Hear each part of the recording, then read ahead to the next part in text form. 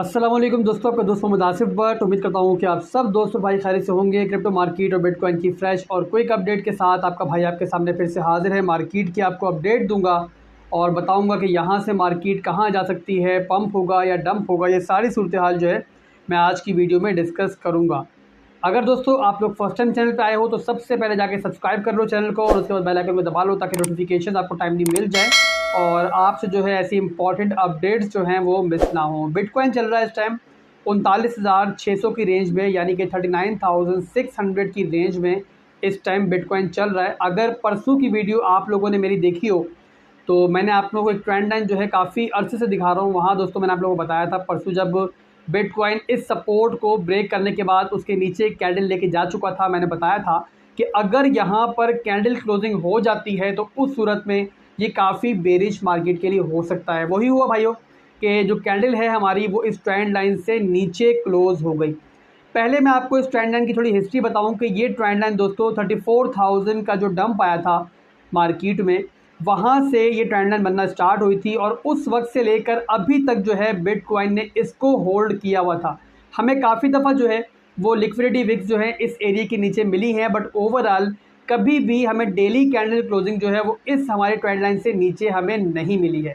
But ये है कि दोस्तों परसों की जो कैंडल क्लोजिंग हुई वो हुई इस ट्रेंड लाइन से नीचे। मैंने आप लोगों को बताया था कि अगर इस ट्रेंड लाइन से नीचे जो है वो क्लोजिंग होती है और एक रीटेस्ट होता है तो उसके बाद जो है चांसेस हैं कि बिटकॉइन जो है अपने PRZ एरिया को, जो कि बनता है हमारा 38,500 का एरिया, उस एरिया को जाके वो रिटेस्ट कर सकता है। अभी की सूरत हाल ये है कि बिटकॉइन ने जो है कैंडल क्लोजिंग के बाद जो है एक परफेक्ट जो है वो रिटेस्टिंग कर दी है और एक सेकंड कैंडल वही दोस्तों बन रही है रिटेस्टिंग वाली। तो ओवरऑल जो हमारे लिए पहली सपोर्ट थी, बहुत स्ट्रॉन्ग सपोर्ट थी, वो हमारे लिए इस टाइम एक रेजिस्टेंस का काम कर रही है दोस्तों। और बिटकॉइन जो है फिलहाल इसको ब्रेक नहीं कर पा रहा है और फिलहाल दोस्तों एक रीटेस्टिंग के बाद जो है बिटकॉइन 39,600 के एरिया में रीटेस्ट कर रहा है। इसके अलावा दोस्तों काफ़ी अरसे से मैं मुसलसल आप लोगों को बता रहा हूँ कि अगर तो आप लोग स्कैल्पिंग करना चाह रहे हो, लेवल टू लेवल ट्रेड्स करना चाह रहे हो तो आप लोग कर सकते हो। अगर मार्केट ग्रीन नज़र आती है, थोड़ी बेहतर नज़र आती है, आप लोग स्कैल्पिंग्स लो, स्टॉप लॉस के साथ ट्रेड्स करो और उससे एग्जिट करो। ओवरऑल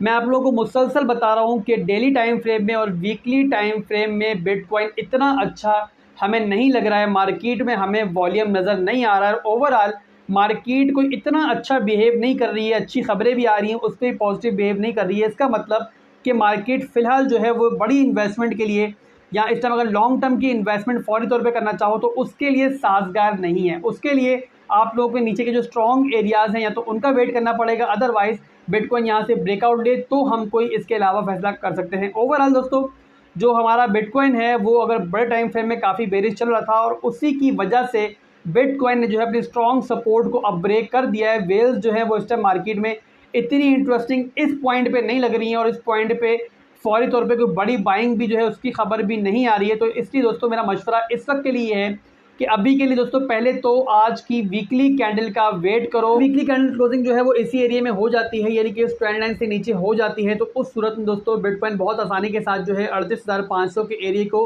रिटेस्ट कर सकता है और उस पॉइंट पर आप लोग छोटी मोटी स्कैल्पिंग जो है वो कर सकते हो स्टॉप लॉस के साथ।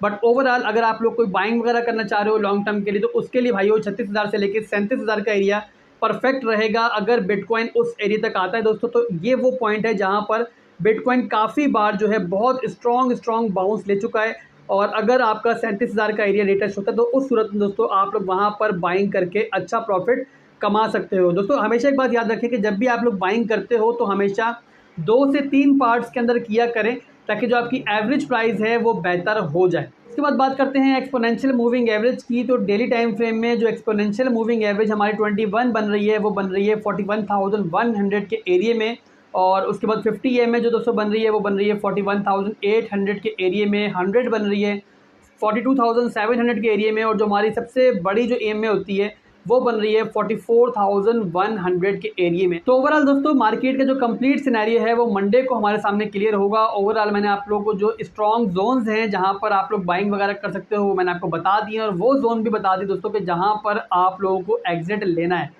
इसके अलावा दोस्तों अगर हम लोग बात करें मार्केट के सेंटिमेंट्स की तो उसके लिए आपको टेलीग्राम के चैनल पे लेके चलता हूँ। रिसेंटली मैंने fair and greed index share किए यहाँ पे, जो कि एक्सट्रीम फेयर की रेंज में है, जो कि बहुत हद तक हमें इंडिकेशन दे रहा है कि मार्केट में इस टाइम बहुत ज़्यादा खौफ है और जो रिटेल ट्रेडर्स हैं वो काफ़ी खौफ का शिकार हैं। इसी वजह से मार्केट जो है आपको इतनी अच्छी इस टाइम नज़र नहीं आ रही है। तो अभी के लिए भाइयों बस मार्केट के यही एनालिसिस थे और उम्मीद करता हूँ कि जो मेरे अपडेट्स हैं, मेरे एनालिसिस है, उससे आप लोगों को फ़ायदा मिलता होगा। अगर फ़ायदा मिलता है तो आप लोग वीडियो को लाइक कर दें। इसके अलावा दोस्तों आपने कमेंट सेक्शन में अपना फीडबैक भी लाजमी देना है। अभी के लिए आपसे इजाज़त चाहूँगा। दुआ में याद रखिएगा। अल्लाह हाफ़िज़।